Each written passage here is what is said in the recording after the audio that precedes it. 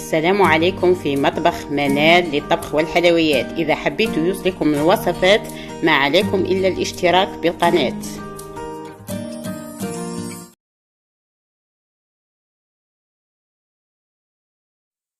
سلام حباباتي زينات، ان شاء الله كامل تكونوا بيا.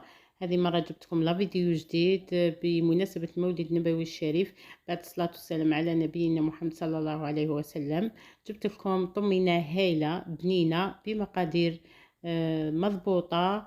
نبدأ على بركة الله، بعد بسم الله الرحمن الرحيم، نصلوا على نبينا ونبدأ المقادير التالية. عندنا سميد كما راكم تشوفوا، ما يكون خشين بزاف ما يكون رقيق، تاع طمينه كما راكم تشوفوا تلاحظوا متوسط.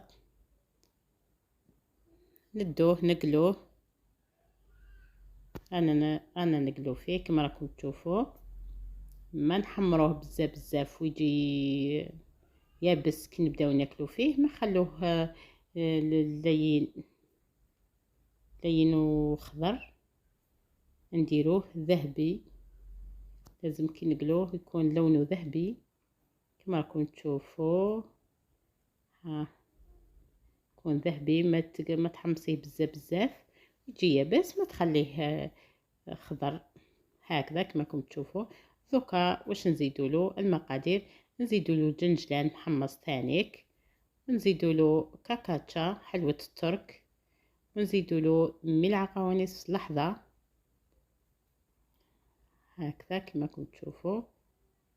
نخلطوا كل شيء مع بعض. نروحوا للعسيله، نديروا كاس عسل كما راكم تشوفوا، و125 غرام زبده. هذيك صول 250 نقسموها على 2، راني قسمتها على 2، ديت نصها وخليت نصها، ديت 125 غرام. ونخلطوا هذوك المكونات الجافه كاع مع بعض هكذا كما راكم تلاحظوا. ونحطوا هذيك العسيله والزبده فوق النار، نحركوا حتى تذوب هذيك العسيله. نبداو نزيدوا في هذاك السميد اللي خلطناه مع هذوك المكونات غير بالعقل، كما تحصلوا على هذا القوام كما راكم تشوفوا. نوجدوا صحن التقديم ونفرغوا هذيك الطمينه في وسط الصحن هكذا كما راكم تلاحظوا. هكذا واسي طبسي هكا تحيبه تمشالك في وسط الصحن هكذا كما كنت تشوفوا. راهي الطمينه تاعنا واجده، والديكور على حسابك نتيا. انا كانوا عندي شويه مكسرات هكذا، الديكور على حسابك نتيا، كما حبيتي تزينيها زينيها كما راكم تشوفوا. جات بنينه وجات هايله، جات الله عليها، جات طريه. هذه بمناسبة المولد النبوي الشريف، بعد الصلاة والسلام على نبينا. راهي الطبق تاعنا جاهز، طمينة تاع مولد النبوي الشريف جاهزة، جات هايلة قلت لكم بنينة.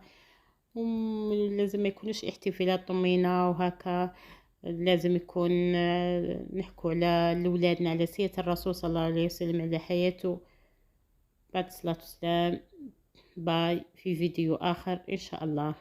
شهيدكم في الجنة. ما تنساوش البنات، لأول مرة تدخل القناة ما لك إلا الاشتراك وترك تعليقات.